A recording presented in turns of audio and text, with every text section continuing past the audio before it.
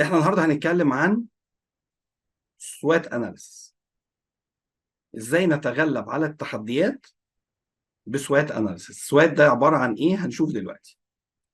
زي ما قلنا كده، الموضوع بتاعنا التغلب على التحديات من خلال سوات اناليسيس او overcoming challenge by SWOT analysis.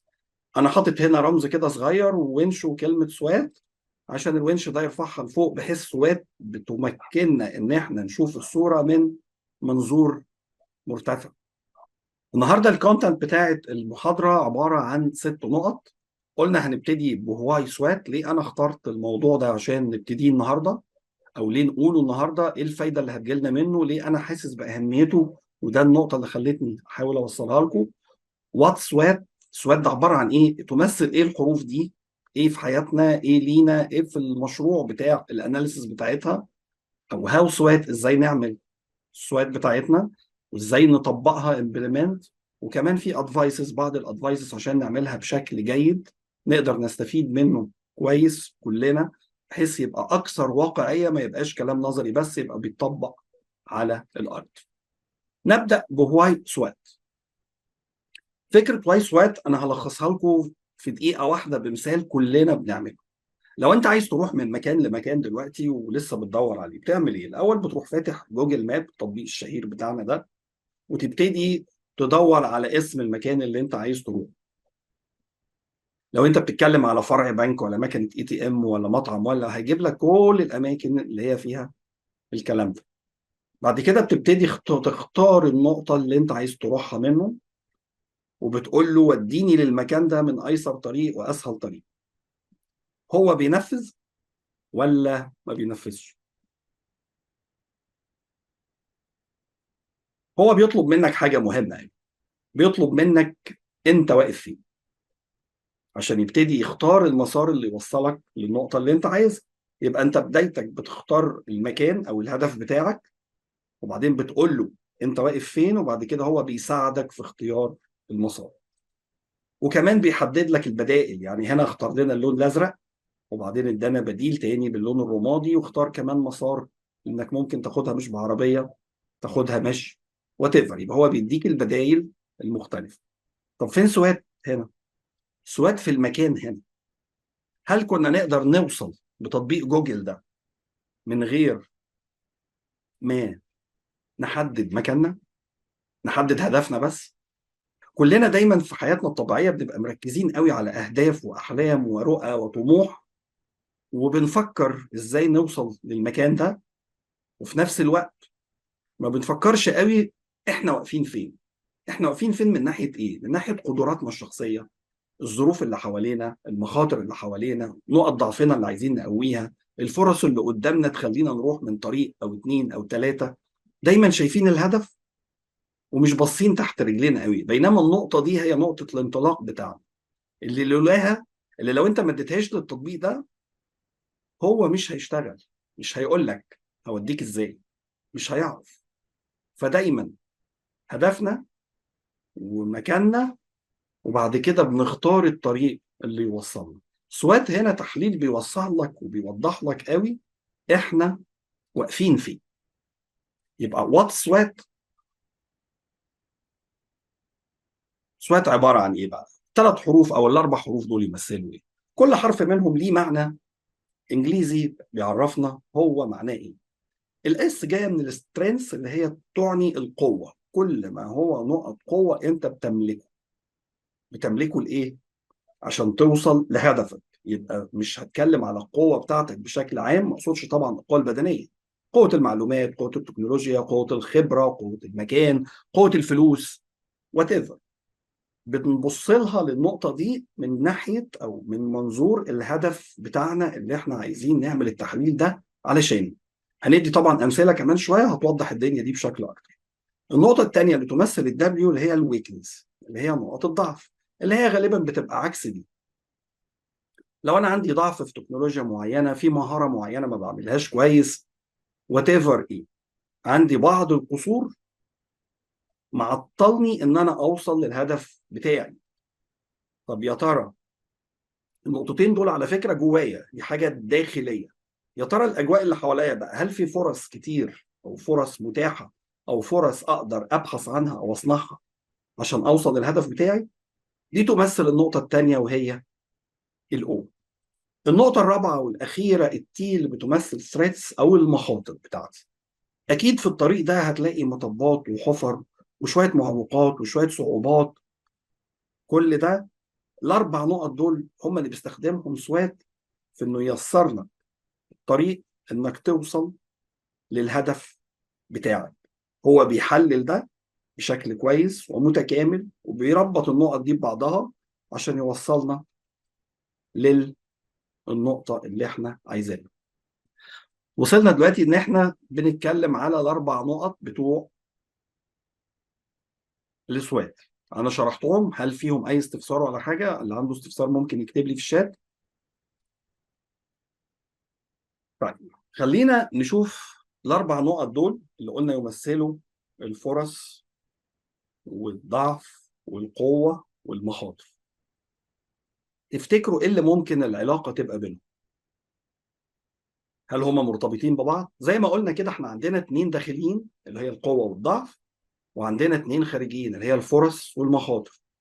طب نكلمهم او نقولهم بلغه تانية كده. لو قلنا بلغه اداره المشروعات، دول يعتبروا الضعف والقوه، دول يعتبروا الريسورسز بتاعتي او الموارد بتاعتي او الحاجات الداخليه. والمخاطر والفرص دول يمثلوا الريسك. احتمالاتهم وتاثيرهم ممكن يختلف من واحد للتاني وممكن يتحسبوا بطريقه تانية. كمان في حاجه عايز اقولها لكم، احنا طبعا في الدنيا بنسعى لحاجتين. احنا خلقنا لكي نعبد ربنا سبحانه وتعالى، ولكن في الاخر تصرفاتنا كلها بتبقى هادفه لحاجتين. ايه هما الحاجتين؟ لا اما جين بليجر ان احنا نكسب سعاده ومتعه ورخاء، يا اما افويد بين. دول برضو نقدر نقسمهم كده. الجزء اللي على الشمال ده القوه والفرص، دول يمثلوا الجين بليجر، السعاده بتاعتنا. القوه والفرص حاجات سعيده وكويسه وايجابيه. بينما الافويد اللي احنا بنحاول دايما نبعده هو الضعف والمخاطر. مخاطر نحاول نبعدها عننا، ونقط ضعفنا دايما بنحاول نقويها. في ناس لسه بتشتكي من الصوت. طيب اوكي، كده حاولنا نقسم سوات. كده احنا عرفنا يعني ايه سوات والاربع حروف دول جم منين. ازاي بقى نعمل سوات؟ خلينا نقول ان ده عقلنا دايما فيه افكار، ودايما فيه طموح، ودايما فيه رؤيه، ودايما احنا دائما عايزين نطلع لقدام خطوه اتنين تلاته وات ايفر. خليني انا هفكر وهحط نفسي مكان الراجل العظيم ده اللي حاطط لمبه جوه دماغه، ونقول ان انا بعد هذا العمر، بعد 30 سنه هندسه، عايز افكر ان انا اعمل شركه خاصه. ابتدي اكتسب بخبراتي احطها في عمل خاص بيا. الخبره اللي اكتسبتها دي ممكن اعمل شركه خاصه بيا بحيث يبقى عائدها مباشر ليا، او ممكن تبقى كيان يورث ليا كمان ليا واولادي. ده ممكن، دي فكره وطموح. ممكن نمسك الفكره دي بس، دي بس، ونعمل عليها سوات اناليسيس، نشوف النقط القويه بتاعتي عشان اعمل في الشركه دي ايه، ونقط الضعف ايه، والفرص اللي قدامي اللي تخليني اخلق شركه او انشئ شركه واخد منها شغل، او المخاطر اللي ممكن تقابلني وافكر فيها ازاي. ممكن حاجه تانية، بعد هذا العمر انا بفكر ان انا اكون ترينر، عندي خبره كبيره على 30 سنه، عايز انقلها لحضراتكم او الشباب او للزملاء اللي يكونوا محتاجينها بشكل عملي، اثر عليهم طرق كتير في التعليم، وفي نفس الوقت ممكن يكون عمل ليا في باقي عمري ويدر عليا دخل وربح، ويكون عمل فيه فايدة تعم وتستمر حتى بعد وجودنا في الحياة. وممكن أراعي إن إحنا في آخر العمر أبتدي أفكر إن أنا لازم أكون قريب من ربنا وأعمل لآخرتي يعني. تمام. وهنا ممكن أفكر في ولادي إن أنا أعمل لهم أي مشروع أو أنشئ لهم أي حاجة، أو أحاول إن أنا أساعدهم في ترتيبات حياتهم، أو حتى أهتم إزاي بصحتي ما بين أكل ما بين رياضة، عشان برضو مع تقدم العمر أفكر إن إحنا نقدر احسن من جوده الحياه في الاخر. كل الافكار دي كل واحده منهم نقدر ناخدها ونعمل لها سواب. طيب هبتدي اقول ان انا اخترت ان انا اكون انستراكتور او مدرب، تمام. وعايز احط سوات ليا. سؤال لحضراتكم محتاج اجابته في الشات. تفتكروا سوات ده هو اللي عمل النظريه دي او اللي عمل الاناليسيس ده سماه سوات بترتيب الحروف زي ما انتم شايفين. لكن لو انا هطبق السوات ده على نفسي، ابتدي بانهي مربع؟ خلينا نعيد شرحهم تاني كده. القوه دي الحاجات اللي انا املكها في ايدي حاليا بالفعل. نقط الضعف الحاجات اللي ناقصاني حاليا بالفعل برضو. والفرص اللي انا شايفها ومتوقعها في المحيط بتاعي اللي تخدم الهدف بتاعي. والمخاطر المشاكل اللي ممكن تقابلني لنفس الهدف. طيب، انا شخصيا عندي هدف دلوقتي ان انا ابقى انستراكتور او ابقى مدرب. اللي هيوصلني لهذه المكانه او لهذه العمل وهذه ان انا هستغل الفرص اللي قدامي. انا هنا لازم ابتدي بكل الفرص اللي توصلني لهذا الهدف. هو الوحيد اللي يمكن قال الفرص وناقشنا كان منى، الاستاذه منى. ماشي. قلنا احنا هنبتدي بدي، لان دي عينها كلها رايحه على الهدف. انا عايز ابقى انستراكتور. طب ايه الفرص ان انا ابقى موجود معاكم هنا النهارده؟ اقدر اعمل اعلان واقدر احجز في الزوم واقدر ادعيكم واقدر ابقى موجود. طب وجودي معاكم هنا هيعمل لي ايه؟ هيعمل لي تدريب ليا انا شخصيا في التريننج.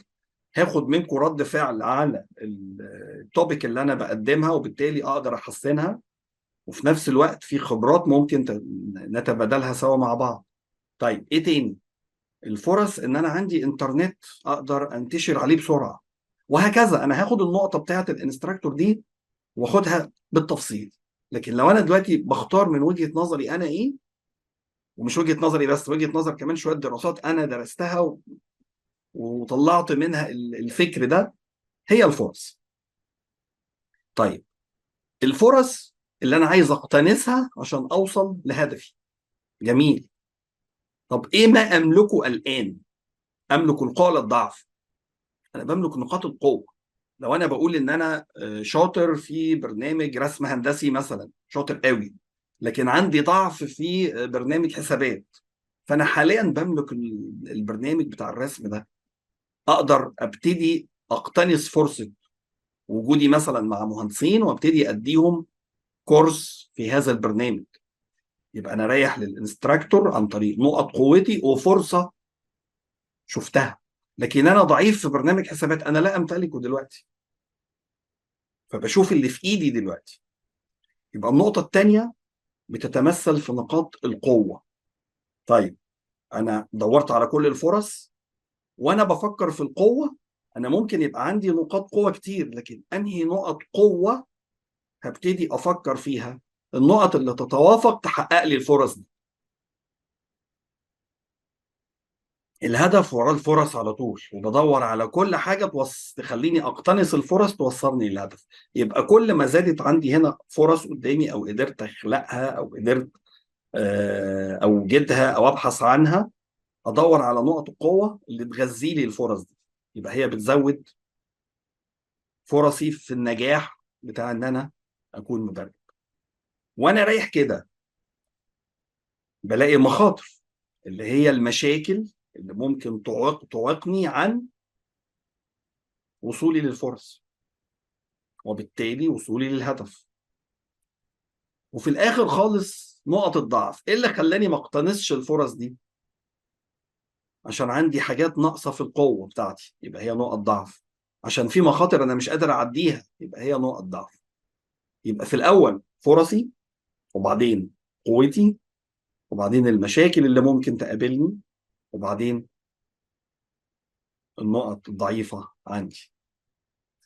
انا لنفس الموضوع بتاعنا اللي احنا اخترناه النهارده، ان انا زياد عايز اكون مدرب اكتسب واستفيد من الفرص اللي قدامي موجوده عشان اقدر اوصل لهدفي. ايه هي ممكن الفرص اللي تكون قدامي دلوقتي؟ اول حاجه اكون في وجود بيئه مناسبه، اتعلم وانتشر الاثنين. يعني لو انا معارفي وعلاقاتي كلها مثلا من الانستراكتور او المدربين، هتلاقيني بتعلم منهم وبنتشر من خلالهم، من مواقعهم، من الندوات اللي بيعملوها، من السيمينار اللي زي بنعمله دلوقتي، وات ايفر.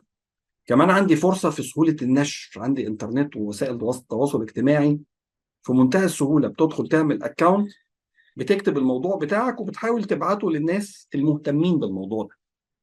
عندي سهوله في التعلم من بعد. طول ما انا انستراكتور لازم على طول اكون ابديت من العلوم والحاجات اللي انا بكون عايز اشرحها واكون فيها، لازم ابقى اب تو ديت. فحاليا في زمن الانترنت والاي اي وهكذا، تعلم غير زمان خالص. احنا في بداياتنا كنا بنتعلم في المكتبات من المراجع، وممكن يبقى المكتبة فيها عدد 2 3 مراجع تروح تستعيرهم تلاقي آخرين خدوه فتستنى دورك. دلوقتي أي حاجة عايز تسأل عليها تقدر تسأل عليها، جوجل هيطلعها لك بشوية بحث وشوية مجهود هتجيبهم وانت في مكانك. سهولة الوصول للجمهور. أنا انستراكتور محتاج جمهور يستهدف العلم بتاعي، فهقدر برضو أوصله عن طريق وسائل التواصل الاجتماعي. وكمان تنوع وسائل الدعاية، عندنا كم منصة كتير جدا، يوتيوب وفيسبوك وزوم وتيمز وحاجات كتير جدا. الذكاء الاصطناعي برضو سهل كتير جدا الحاجات دي في موضوع السيرش. كل دي فرص تخليني استغلال أي واحدة منهم هتقربك شوية من الهدف بتاعك اللي هو إنك تبقى مدرب. طيب أروح لنقط القوة بتاعتي. أنا عشان أبقى مدرب محتاج أعمل إيه؟ محتاج يبقى عندي مهارات عرض قوية. احنا طبعا ايه زي ما انتم شايفين الونش كده بيرفع حرف حرف عشان نشوف الدنيا من فوق. دي عرض. محتاج يكون عندي مهارات عرض قويه. محتاج اكون دارس كويس تي او تي. تي او تي دي تريننج اوف ترينر. ازاي اخد الفكر بتاعي وابتدي اعمله في شكل ستراكشر منظم، اعرضه على الجمهور بتاعي ويبتدي يفهم بشكل منظم للفكره عشان يقدر يطلع منها بفايده عمليه يطبقها على الارض. كمان انا عندي خبرات كبيره في مجال عملي اقدر احولها لمحتوى تدريب. كل دي نقط قوه عندي. عندي علاقات جيده في المجال بتاعي لتدعيم فكري وتحفيز ونصح. كل الكلام ده بعلاقاتي بانستراكتورز كتير ومشهورين وناس سبقاني ب 10 12 20 سنه كمان. كل دي نقط قوه عشان اوصل لايه؟ للهدف. دايما وانت بتفكر في ال4 نقط عينك كلها على الهدف، كلها. طب المخاطر اللي مقابلاني ايه؟ عندي منافسين اقوياء في السوق ده موجود. هل يتاح لي فرصه ان انا اخد ماركت شير صغير كده تبتدي الناس تسمع لي؟ المنافسين ممكن يحفزوني على اني ابقى قوي. زي النقطه كده اللي ممكن تبقى تبان مخاطره لكن في الاخر تدعمك. محتاجه مجهود ومذاكره وعلم ووسائل تواصل كتير قوي عشان اقدر انافسهم. لكن هم في نفس الوقت ممكن ما يدونيش فرصه بشكل كبير، فهي مخاطره هتتعامل معاها ازاي لسه هنشوف دلوقتي. كمان الحالات الاقتصاديه بتاعتنا. لو انا قلت ان انا همتهن هذه المهنه فعايز يجي لي منها عائد عشان اقدر استمر، لان المهنه فيها جزء من التكاليف، فيها اعلانات وفيها زوم بتشترك فيه وفيها مواقع وفيها ويب سايت، فيها مكلفه، فلازم يبقى فيها عائد اقتصادي. لظروف الحاله الماليه اللي احنا فيها دلوقتي قد يبقى المتدربين نفسهم ما عندهمش اكسترا تايم للتدريب، اكسترا ماني اسف للتدريب. كمان المجال نفسه فيه ناس جيده وناس مش جيده، ممكن تتوه وسط الناس اللي مش جيده. وتكلفه باهظه جدا للاعلانات في ظل ان هم اتقفل علينا حاجات كتير من الوسائل بتاعه الاتصالات والليمت اللي اتحط على العملات الاجنبيه. طب الضعف بقى. انا عشان ابقى انستراكتور كويس محتاج اتعلم كويس. طب لو افترضت ان انا عندي في مشكله في اللغه الانجليزيه، اغلب العلوم الهندسيه اللي انا متخصص فيها واداره المشروعات وهكذا اغلب مراجعها ومحاضراتها وحاجتها انجلش. الوسائل اللي انت بتعرض بيها وتتعلم بيها اذا كان فيسبوك ولا زوم ولا اي منصه كلها بالانجلش. فاللغه دي لو ما قوتهاش بشكل كويس هتخلي التايم اللي انت تتعلم فيه حاجه بيطول فبتمثل لك اعاقه. فدي نقطه ضعف جوايا مش حاجه برايا. كمان انا في ظل عملي الحالي الوقت المخصص لان انا ابقى انستراكتور وان انا بتعلم فيه حاجه جديده قليل، وبالتالي معدل التعليم هيبقى صغير. كمان ان انا في الوقت ده بحتاج مساعدين جيدين ليا يعملوا لي البرزنتيشن دي ويتواصلوا مع الناس ويديروا صفحات الفيسبوك وهكذا، لان ده بيستهلك وقت كبير جدا. لو عندي ناس جيدين هقدر ايه، اتفرغ شويه للهدف الاكبر من التدريب، وهو المحتوى التعليمي نفسه اللي انا هعرضه على حضراتكم او على اخرين. ده تحليلي وتحليل بسيط، انا ما كتبتش كل حاجه عشان ضيق الوقت طبعا، والاعداد قوي لو كترت، لو النقاط كترت قوي ممكن تسبب لخبطه او تشويش الناس. نسمع برضو لو في اسئله على تحليلي للاربع نقط دول، لو حد عنده اي استفسار سريع كده انا معاك. اوكي نكمل. احنا كده عملنا سوات، قدرنا ناخد الاربع نقط زي ما احنا متفقين. ازاي بقى نطبق، نعمل لها عمليه تطبيق امبلمنت للسوات بحيث نقدر نستفيد منها؟ هيشمل التطبيق اللي انا قاله لكم ده جزء كبير جدا من، حد هنا بيسالني بيقول لي لو سمحت عدم وجود مساعدين جيدين ده نقاط ضعف ولا تهديد؟ لا ده نقاط ضعف لانها بتاعتي انا، دي حاجه عندي. يعني لو كانوا المساعدين مش موجودين خالص، انا مش لاقي، ممكن تبقى حاجه خارجيه، انا مش لاقي حد، لكن انا اوريدي ما استعنتش بحد جاي معايا يساعدني فبقيت عندي. حطها بالعكس، لو انا عندي ناس، هي مش نقطه بتهددني ولا حاجه، انا لم استعين بناس كويسين.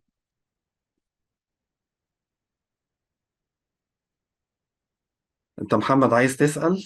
طب ثانيه واحده قبل ما نخش على التطبيق، نفتح المايك كده لمحمد الشناوي. اتفضل يا محمد، افتح على نفسك واتكلم على طول. ايوه يا فندم، السلام عليكم. وعليكم السلام ورحمه الله. انا والله مركز مع حضرتك جدا. يعني اولا احنا ما بين الشوطين، فانا دلوقتي بقى التركيز اشد يعني. طب حلو قوي. الماتش كام كام تمام. الاول بس؟ 1-1. طيب ماشي. حضرتك اتكلمت على الفرص، وقلت ان هي ممكن تبقى يعني وسائل التواصل، ممكن تبقى انترنت، ممكن تبقى علاقات. بس انا يعني تحليلي الشخصي للحاجات، النقط دي كلها، ان دي حاجات ريسورسز، يعني يعني عند المدرب او اللي هيبتدي يعمل اي مشروع. دي تندرج تحت نقاط القوة. يعني الريسورسز اللي عندي اللي انا هستخدمها، دي نقاط قوة، مش فرص. دي وجهة نظر انا، فارجو حضرتك تصلح لي المعلومة ديت يعني. هقول لك وجهة نظري. حلو، مم. لا هي مش كده. بص احنا قلنا ايه، ان القوة حاجة عندك انت. بمعنى انا بقول ان انا عندي مهارات عرض جيدة، انا زياد بعرض بشرح بطريقة جيدة، دي نقطة قوة عندي، كويس كده. تمام. ماشي، وما عنديش انترنت، هل ده هيضيع النقطة اللي عندي؟ لا. حلو. الانترنت ده فرصة خارجية، لكن لو انا عندي نقطة القوة دي اقدر اعرض على وسيلة الانترنت بشكل واسع وكبير، غير لما اخد 5 6 10 40 حتى في سيكشن او في صالة محاضرات واشرح لهم. على النت هقدر اوصل ل 40,000 وفي بلاد كتير، اذا هي فرصة خارجية. مم. قادر اوصل لك المعنى؟ يعني مش بالظبط يعني مش يعني انا. مقتنع، مش مقتنع قوي. بص بص، اه. عشان مم. تعرف ان الحاجه بتاعتك داخليه، قوه داخليه انترنال ولا خارجيه، شيل نفسك خالص من الموضوع. انا دلوقتي في انترنت وفي وسائل اتصال ببلاد العالم كلها، من بيتك تقدر تتواصل معاهم وتشرح لهم وتسمع منهم. متفقين؟ تمام. حضرتك موجود او مش موجود على الدايره دي، الوسيله موجوده صح؟ تمام. الوسيله موجوده، تبقى هي خارجيه ملهاش علاقه بيك. لكن انا بقول ان انا عندي سكيلز كويسه، لخبرات كويسه، اقدر ادي لك محاضره عن السواق. دي مهارات تمام. عندي انا شخصيا. كويس. لو خرجت تمام. انا من الموضوع خدت السواد ومشيت، في انترنت مفيش انترنت، مفيش زياد ومفيش سواد. تمام. قادر اوصل لك الفكره؟ تمام يا فندم. تمام. تمام. مش في اي استفسار تاني يا شباب؟ اتمنى فكره الانترنال والاكسترنال تكون واضحه. دلوقتي عايزين بقى نطبق الاربع حاجات دول. احنا كده عملنا الاربع حاجات دول، عملنا ايه بقى؟ ولا حاجه. يعني احنا مش جبنا القوه والضعف والمخاطر والفرص، لسه ما حطيناش الخطوه اللي هتفيد. عايزين نعمل امبلمنت، نطبق هذا الكلام. ركزوا بقى عشان الموضوع ده ايه، محتاج شويه تركيز. طيب انا دلوقتي حطيت الاربع حاجات اللي انا خدتهم، انا بس قللت العناصر شويه عشان تبقى الموضوع مش ملخبط. قلت دول عناصر القوه، اخترت 3 بس. وعناصر الضعف اخترت 3 بس. والاوبورتيونيتي هنا على الشمال حطيت الاربع فرص بتوعي. والثريتس حطيت ال5 مخاطر او ال4 مخاطر اللي انا اخترتهم من القوائم اللي فاتت. وسميت الماتريكس الظريفه دي سوات ماتريكس. وفي بعض المراجع تاني بيسموها توس. والفرق بين سوات وتوس هم عكس الحروف بس مش اكتر. ولكن فكره السوات هي اللي بتطلع لي الاربع خانات الكبار دول اللي انا بطلع فيهم القوه والضعف والمخاطر والاوبورتيونيتي. وفكره التوس هي بتربط العلاقات دي عشان تقدر تخلينا نستفيد منها ونحط فعلا حاجه على الارض. تمام. عشان نربط الاربعه دول هنعمل 4 حاجات بسيطه جدا. اول حاجه انا بعمل ايه؟ انا عايز اشوف الفرص دي هل هي الاقتناص حاجات القوه والويكنس دي دول عندي. فباخد نقط القوه دي عشان اعرف افوز بالفرص دي. انا عايز اربط ما بين الاثنين دول، اشوف كل فرصه انهي عنصر قوه يساعدها. انا عندي سهوله للنشر مثلا، الفرصه الثانيه محتاج هنا اشوف انهي عنصر من القوه دي يساعدها، وابتدي اكتبه هنا عشان اعرف استغل نقط القوه عشان نقط القوه دي في الفوز بالفرص دي. طب الضعف، عايز اشوف في نقط الضعف اقلل ايه من نقط الضعف دي عشان اقدر ايه برضو افوز بالفرص. يبقى الشريط ده كله انا محتاج افوز بالفرص كلها او بعضها. هنشوف دلوقتي ازاي بنحلل الفرص. لكن هستغل القوه عشان اكسبها، وهشوف ايه الضعيف اقويه عشان اكسبها برضه. طب الحاجات التانية، انا عندي هنا مخاطر، هشوف ايه القوه هنا اللي تقلل لي المخاطر. بنفس الفكره، مخاطره كده، اشوف منافسين اقوياء هستخدم ايه من دول عشان اقدر اغطي هذه المخاطره. اخر نقطه خالص، طب ضعف ومخاطر اللي هي الحاجات اللي هي الاثنين وحشين، انا هشوف نقط الضعف اللي هنا اقوي مين فيهم عشان تعدي لي مخاطره منهم. يبقى الهدف من ال4 بيلر دول لما اجي اربطهم من بعض هم ال4 اهداف دول. هستغل نقط القوه في ان انا افوز بالفرص وان انا اقلل المخاطر، وهشوف هقوي ايه من نقط الضعف عشان افوز بالفرص واتجنب جزء من المخاطر. تمام. طيب هنكمل. هنعمل ده ازاي؟ حتى الان دي واضحه ولا ليها اي؟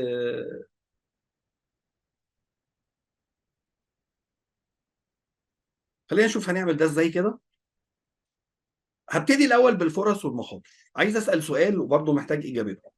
هل كل الفرص وكل المخاطر هتديني نفس التاثير؟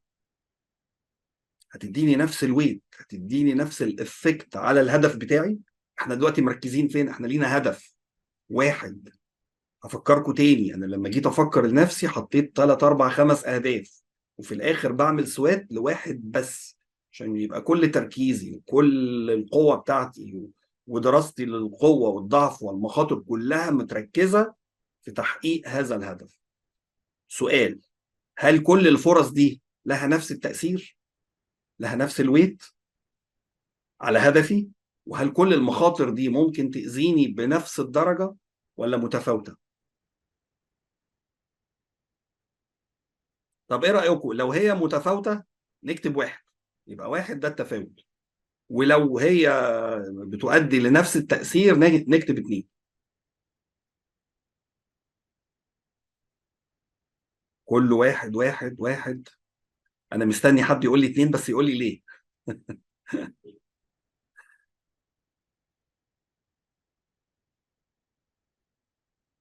طيب كل الناس مقتنعه انها هي واحد.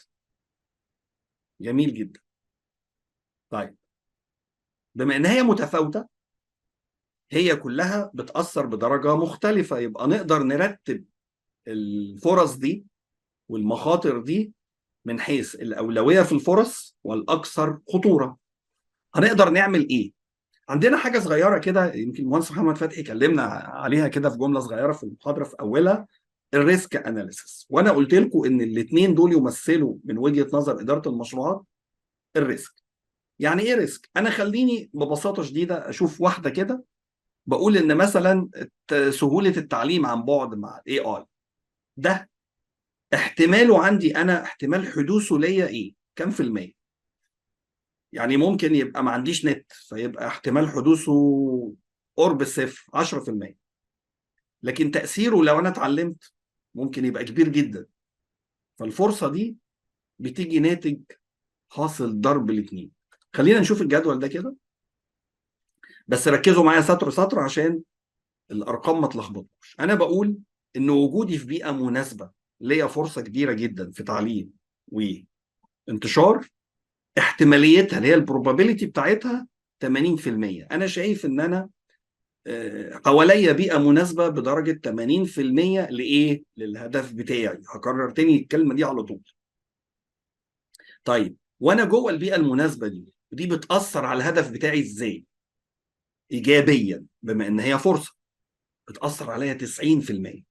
هتنقلني، هتحقق لي جزء من الاهداف بتاعتي مؤثر بدرجه 90%.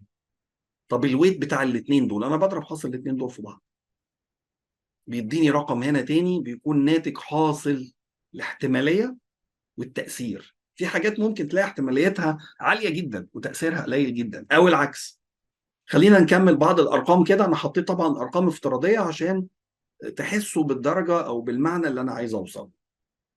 سهوله النشر طبعا احتماليتها 90%، لان انا النت على الموبايل بتاعي قليل قوي لما بيقطع. هقدر انشر وادخل على النت واعمل تواصل اجتماعي وكل حاجه. طب الامباكت بتاعها، انا شايف ممكن يكون مش كل الناس بتتاثر قوي بالتواصل، بيتفرجوا اكتر ما يشتركوا. فانا شايفها 50%. زي ما قلت لكم الارقام افتراضيه. طب الافكت، هنضرب الاثنين دول في بعض يديني 45%. وبهكذا احنا قلنا من الاول، او لسه انتوا قايلين ان الفرص دي ملهاش نفس الويت ونفس التاثير. اذا لو انا افترضت احتماليه لكل فرصه من وجهه نظري انا اللي ممكن تختلف عن وجهه نظرك انت، خد بالك احنا بنعمل السؤال ده ليك انت لهدفك انت. انا بكرر الموضوع ده تاني لان احيانا الناس بتاخد من الارقام من عندي، وبالتالي ابسط حاجه، انا يمكن عندي النت قوي، عند حد تاني النت ضعيف. كان في حد من الزملاء النهارده بيقول لي ميعاد المحاضره النور بيقطع فيها. فبرضو دي حاجه الامكانيه بتاعتها، لان الفرص عنصر خارجي والمخاطره عنصر خارجي لا املكه وما بقدرش اقيمه 100%. انا بفترض ان المنافسين الاقوياء دول مثلا احتماليه وجودهم على السوشيال 80% بالنسبه لي. طب تاثيرها الامباكت ماينس 80%، لان ده مخاطره، فبيتحط التاثير هنا بالسالب. طب نتيجه الاثنين ايه؟ ماينس 64%. وهكذا التشتت اللي ممكن يجي لي ان في ناس جيدين وناس سيئين، احتماليته قليله شويه 30%، وتاثيره ماينس 50. حاصل ضرب الاثنين دول بيديني ماينس 15. طيب لو احنا فكرنا ان احنا نرتب الفرص، الاربع فرص اللي احنا قدامنا دول، هنلاقي ان الاولى وجودي في بيئه جيده، الثانيه سهوله النشر، الثالثه التواصل، سهوله التواصل مع الجمهور المستهدف، الرابعه التعلم. ممكن عند واحد تاني الترتيب ده يتغير حسب ايه؟ الفرص المتاحه قدامه لهدفه. الناحيه الثانيه برضو او المخاطر، هنا الخطوره الكبيره جايه من المنافسين، لانه ممكن ما يدونيش ماركت شير. انا لسه داخل المجال ده جديد، هم مسيطرين على التواجد في السوق بتاع الانستراكتور والمحاضرات والمحاضرين، وهكذا. بنرتب دول وبنرتب دول، او بناخدهم زي ما هم كده، بنحطهم بقى على ايه؟ احنا رجعنا دلوقتي للاربع نقط الرئيسيه اللي احنا طلعناهم. السوات، هنا الويكنس، هنا القوه، وهنا الاوبورتيونيتي اللي احنا لسه شايفينها في السلايد اللي قبل كده، وهنا المخاطر.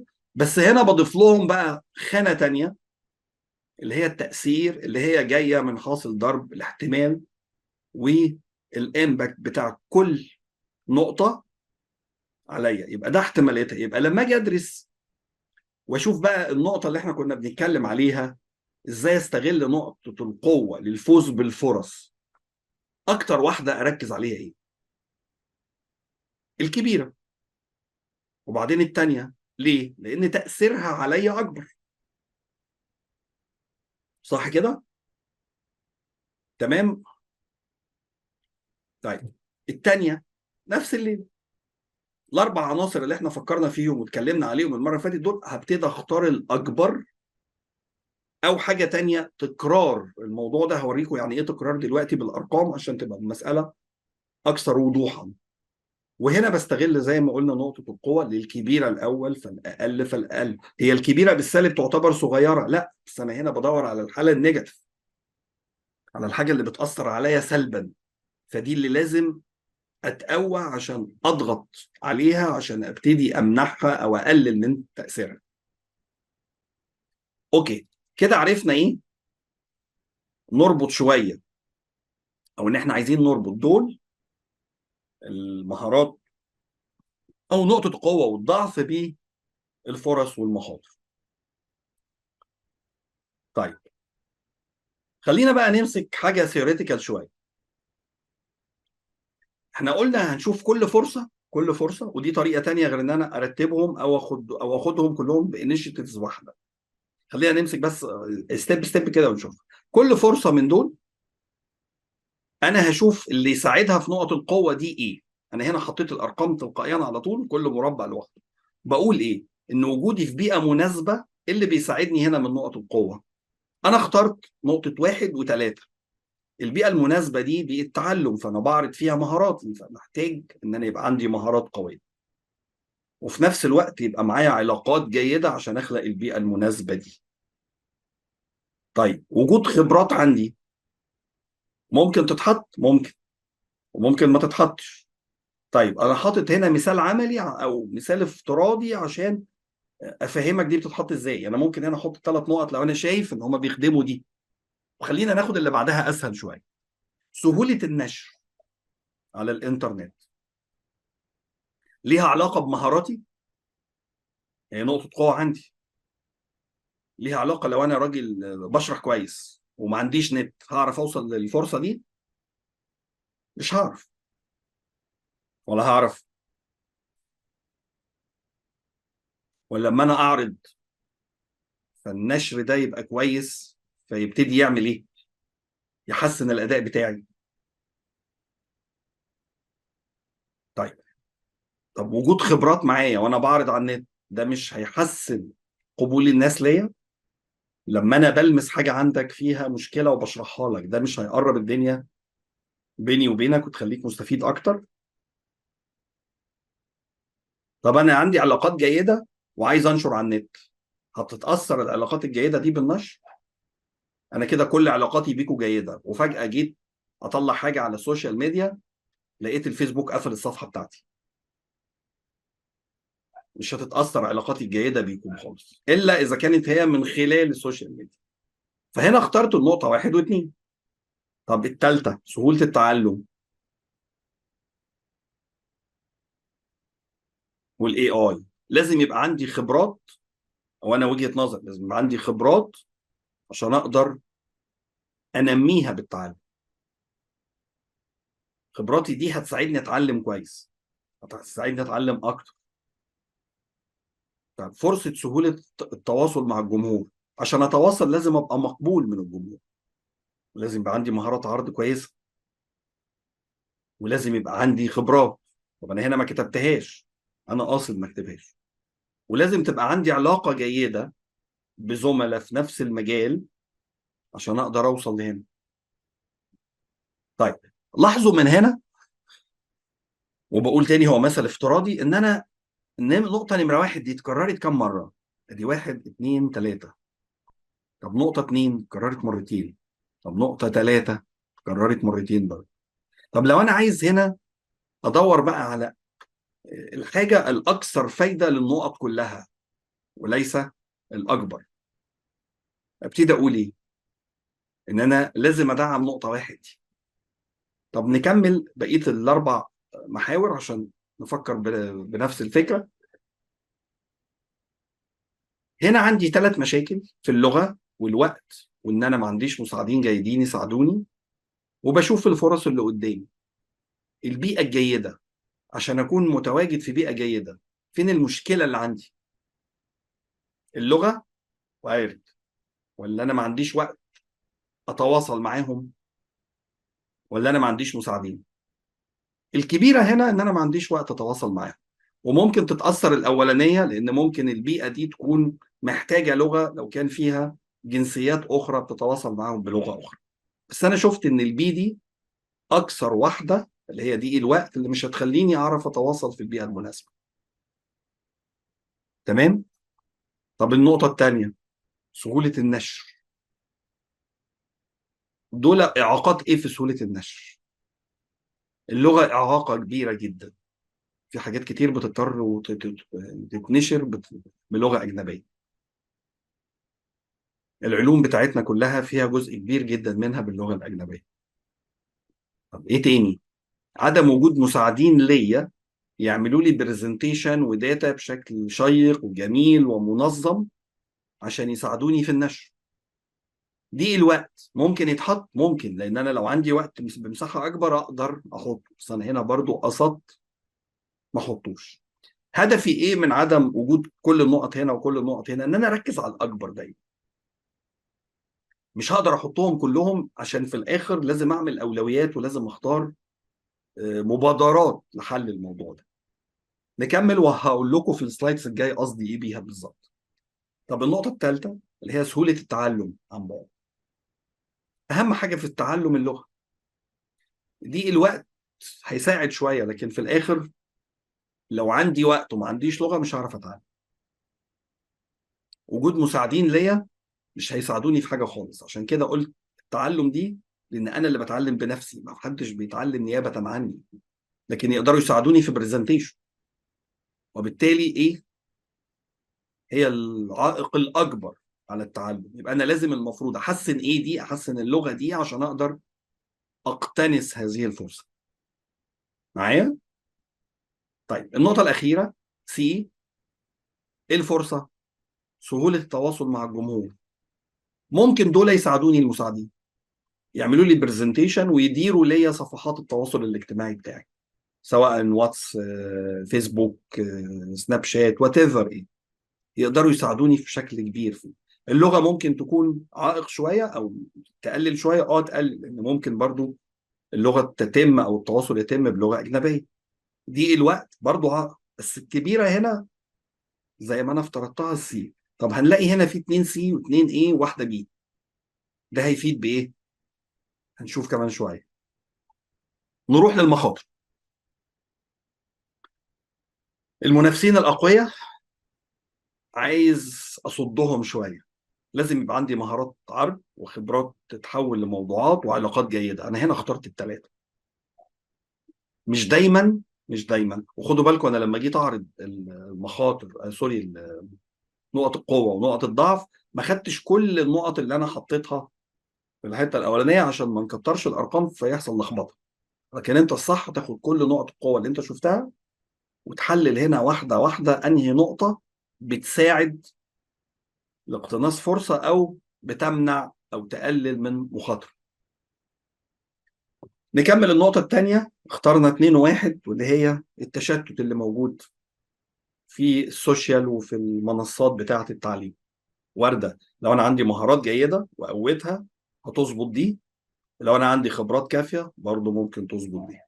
طب الحاله الاقتصاديه للمتدربين، اخترت العلاقات بس لان احنا ممكن بعلاقاتنا كمدربين مع بعض نتعاون بطريقه ما، ندي كورسات بطريقه ما مع بعض، نقلل شويه من تكاليف الاعلانات، وهي النقطه الرابعه وبالتالي التكلفة في العموم لما بتقل سعر المنتج بيقل.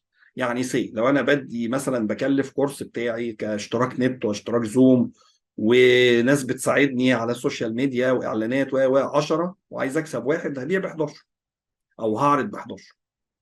لكن لو انا متكلف 8 ومحتفظ برضو بمكسبي واحد، هبيع ب9. طب لو انا متكلف 4، هبيع ب5. اذا التعاون هنا ان احنا ننشر عند بعض النقطتين دول مع بعض، انا هدرسهم حلقه واحده، وفي نفس الوقت يبقى في علاقات تبادليه في خبرات الافلام دي، ممكن تقلل التكلفه شويه. اخر نقطه بقى،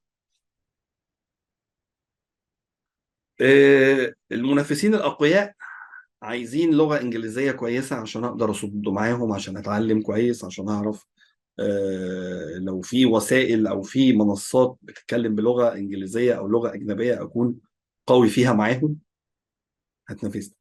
طيب التشتت برضو، مشاكل اللغه ممكن تصد معايا. هل دي الوقت ممكن يساعدني؟ مش للدرجه. طب وجود مساعدين؟ برضو مش للدرجه. طب النقطه الثالثه، الحاله الاقتصاديه للمتدربين، فين نقط الضعف بتاعتي اللي تقوي النقطه دي؟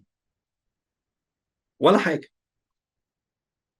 لو انا بقيت شاطر انجليزي وعندي وقت متسع وعندي مساعدين جيدين، الحالة الاقتصادية للمتدربين اللي ممكن تأثر على تفاعلهم الجيد مع محاضراتي وكورساتي، ويحصل نوع من التواصل، ويحصل نوع من ان هم بيشتركوا في الكورسات ويستمروا معايا فترة طويلة، ملهاش اي تأثير خالص بنقط ضعفي.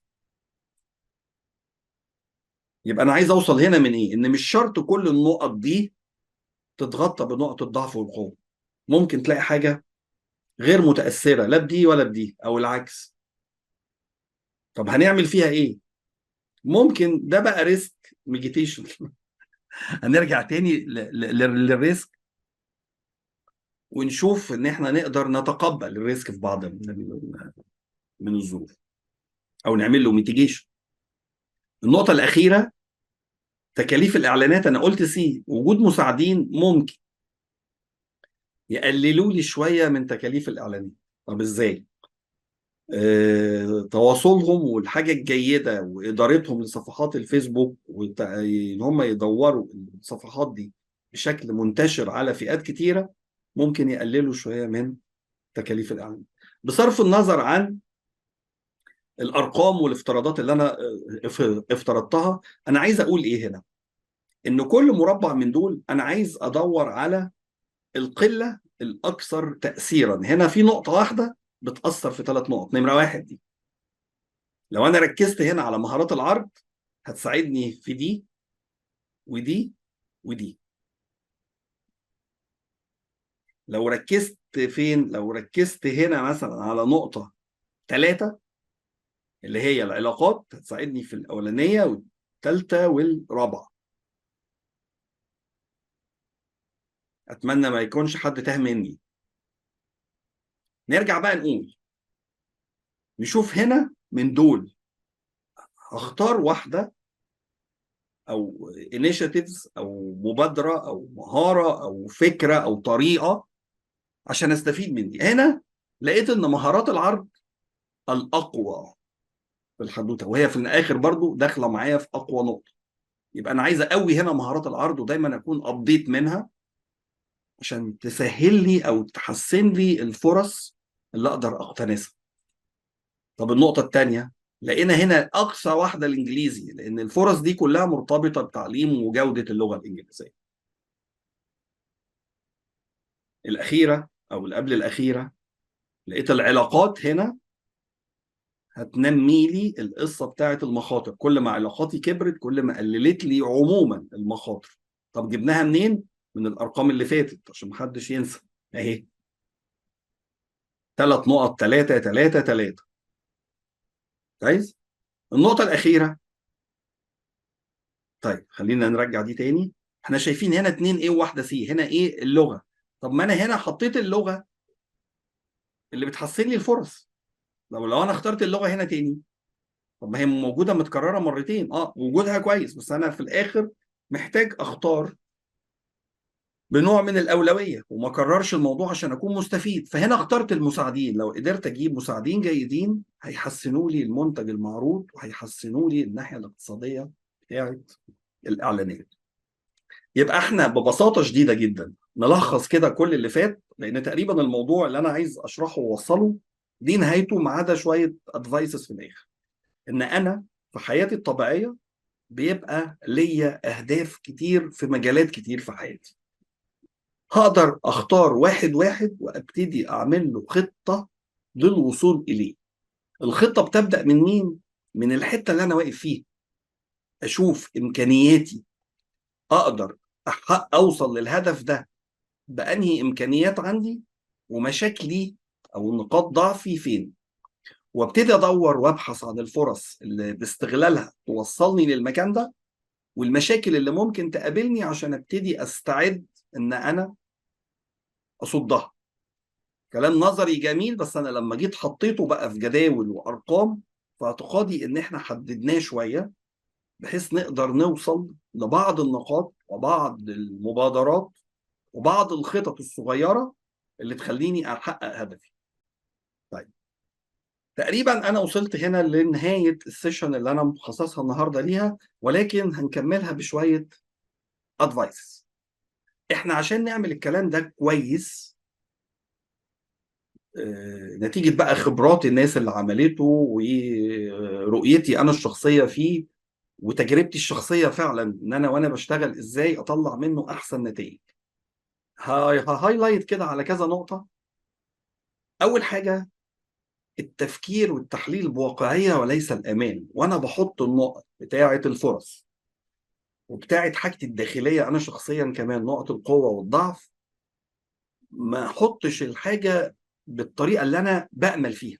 مش انا نفسي اعمل كده، لا، انا عايز اقول ايه، انا فعلا كده. كل النقط دي ما كانت واقعيه، مش بالامال والاحلام وما نتمنى، كل ما كانت النتيجه مبهره، كونك تتحرك لقدام بشكل انت شخصيا تحسه، هيعمل لك نوع من التشجيع رهيب انك تكمل. فالتفكير هنا والتحليل لازم يبقى بواقعيه شديده جدا. طيب، نقدر نستعين بايه كمان؟ نقدر نستعين براي المقربين لينا، بالذات في العوامل الداخليه اللي هي نقط القوه والضعف. طب بطبيعتنا بقى كشرقيين ومصريين، لو انت رحت سالت اي حد، انا دلوقتي لو سالتكم ايه رايكم في المحاضره وفي الشرح بتاعي، هتكتبوا لي كله ممتاز ممتاز ممتاز رائع. محدش هيقدر يقول لا ده انت كنت في النقطه دي مش واضح، كنت هنا وحش. احنا عندنا قصور في المحاضره دي بس في بدايتها في الصوت، لكن بعد كده اعتقد الدنيا ظبطت. طب ازاي نعرف راي المقربين بدرجه واقعيه؟ انا دلوقتي لو سالت اي زميل منكم قول لي ايه رايك في شرحي لحته السواب، بس اديني اماره. قول لي رايك ايه وانا انا برسم لوح كويس او بسرعه. قول لي احسن حاجه عندي ايه في الرسم. بس اي حاجه يقولها لازم يديها بالبلدي كده اماره، لازم يديها مثال. يقول لي انت لما ضغطنا في المشروع الفلاني طلعت 40 لوحه في يوم واحد.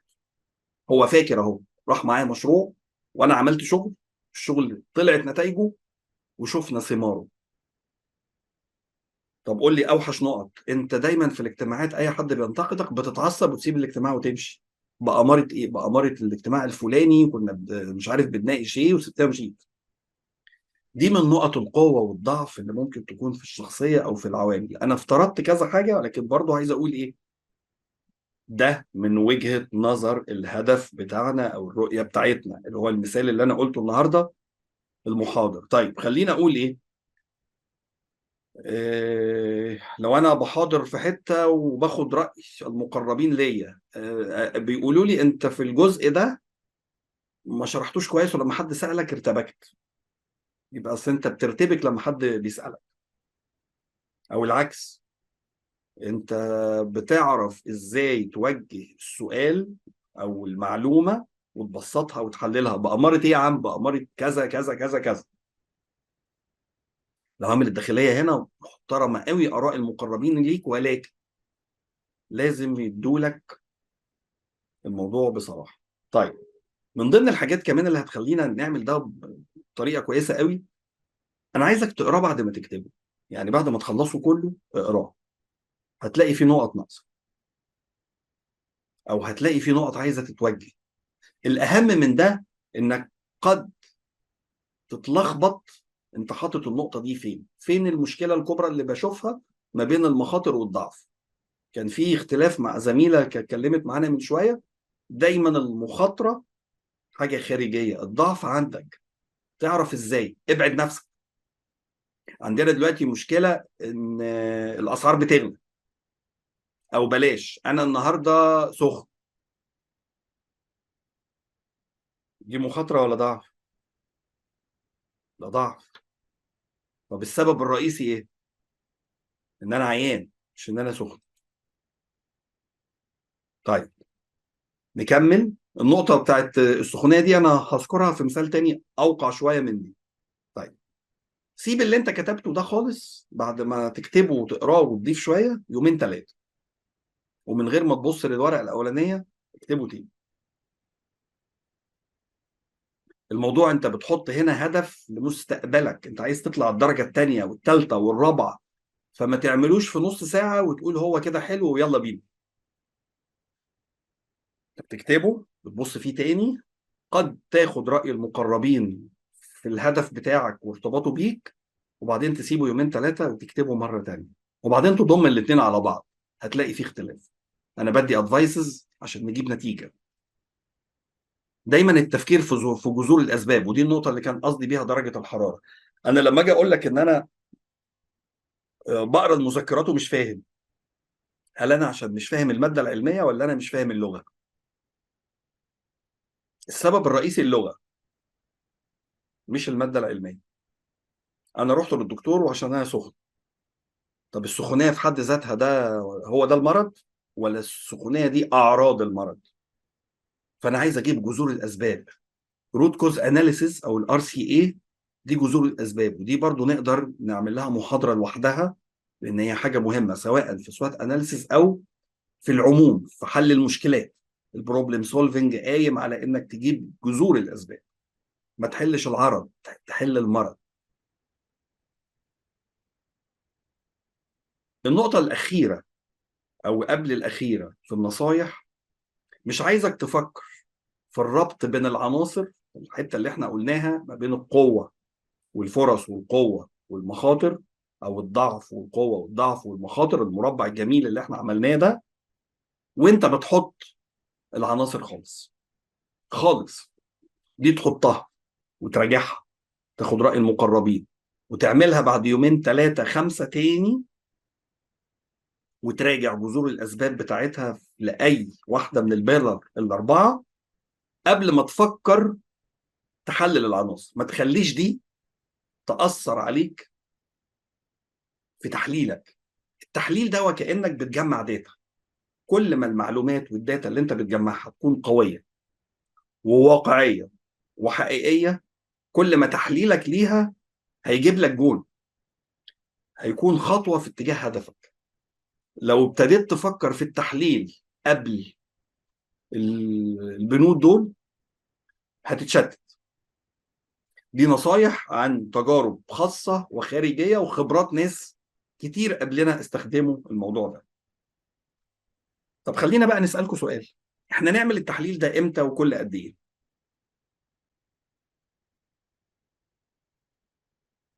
كان في حد عايز يكلمني يفتح الميكروفون؟ طيب خلينا قبل ما نسأل السؤال ده نشوف رأي منى، وبعدين نرجع تاني للسؤال، عشان انا ما خدتش بالي من الشات يا منى، معلش انا اسف. واشرف كمان عايز يتكلم. طيب نشوف منى بس عشان كانت باعته الاول عارفه يا منى لو ترفعي ايدك هتسهلي لي الحصول عليكي.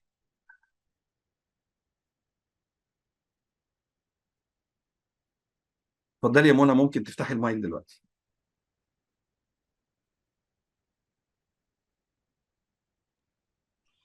السلام عليكم. عليكم السلام ورحمه الله وبركاته.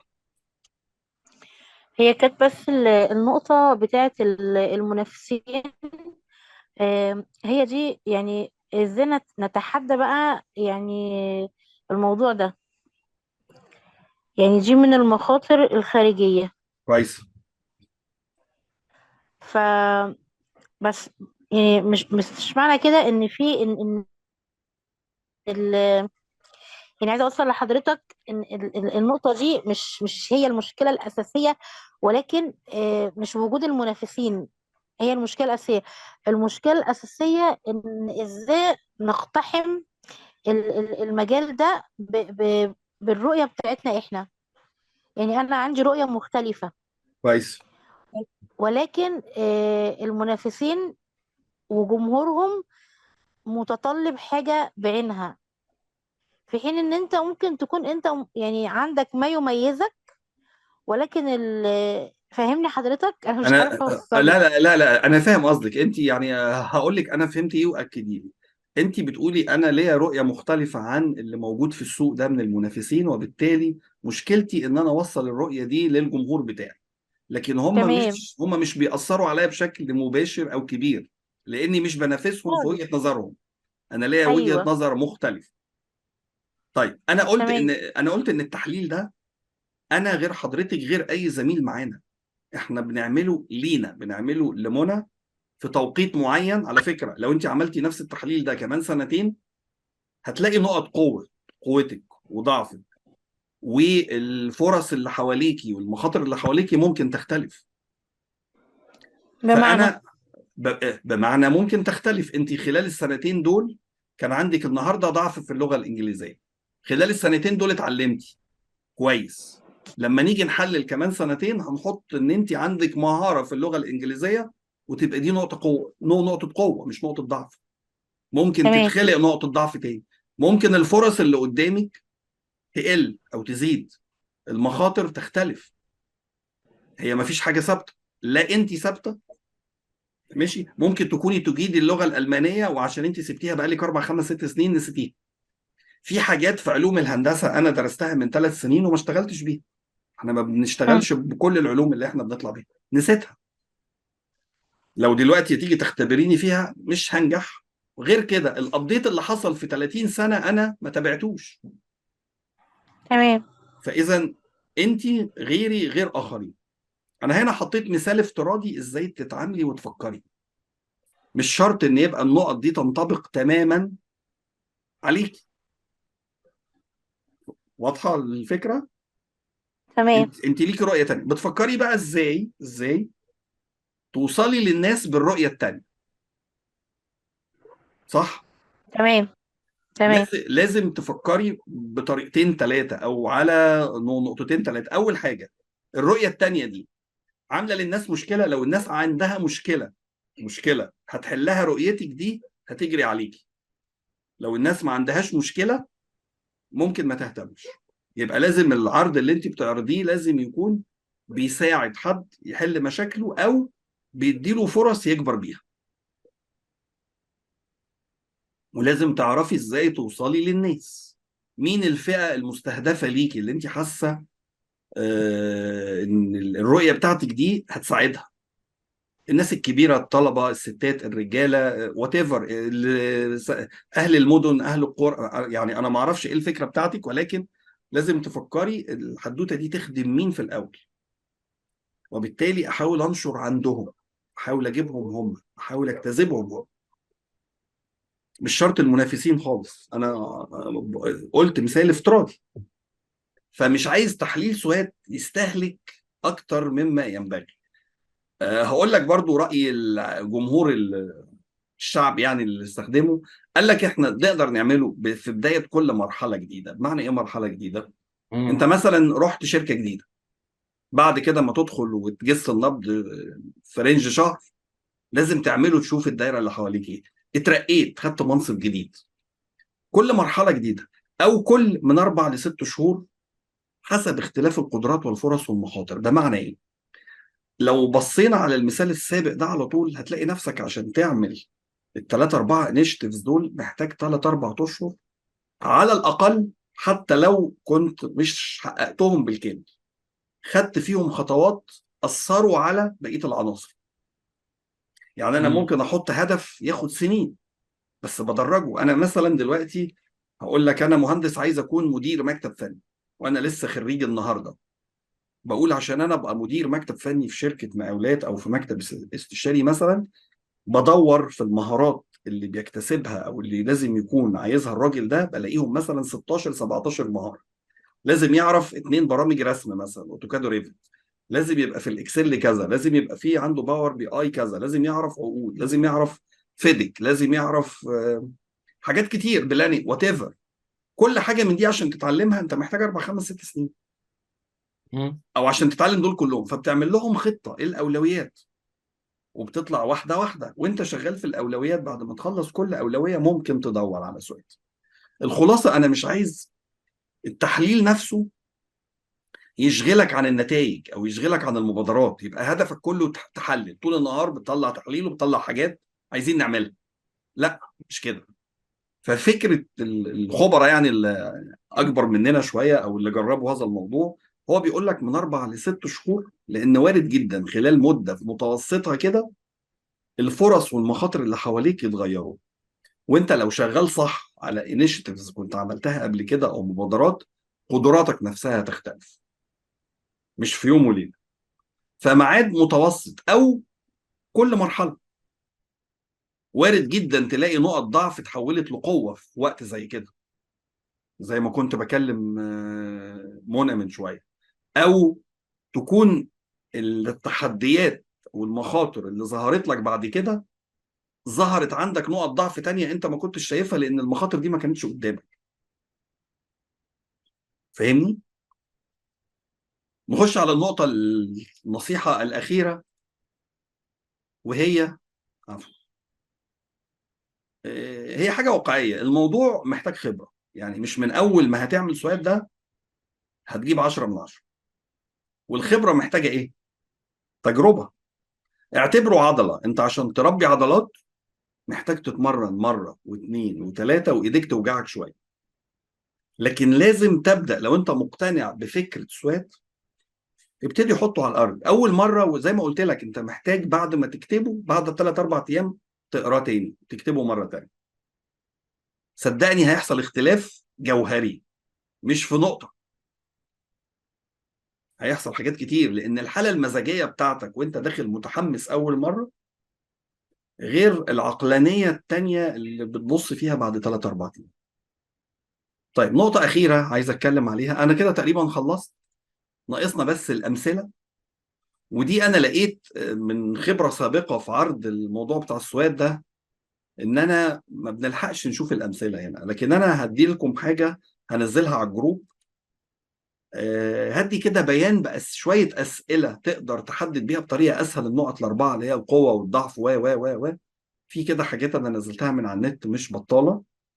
وكمان هديكوا تحليل لسوات لشركتين كبار جدا عالميين. الفيسبوك عمل سوات لنفسه وطلع نقط قوة وضعف ووجهة نظر، وسامسونج. وكان في عندي شركتين تاني بس عشان احنا هنقاطع بعض الحاجات حتى في معلوماتها ما حطيتهمش للأسف. أنا بعد ما حطيتهم شلتهم يعني. الحاجات دي هنزلها لكم على الجروب إن شاء الله عشان تقراها وتستفيد بيها قبل ما تبدأ أول خطوة. وإن شاء الله تبدأ أول خطوة. كده أنا خلصت. كل الشكر والتحية لحضراتكم، وسعدت بيكم، وإن شاء الله نبقى على تواصل سواء على الخاص أو في محاضرات أخرى. شرفني وجودكم معايا، وإن شاء الله نلتقي على خير.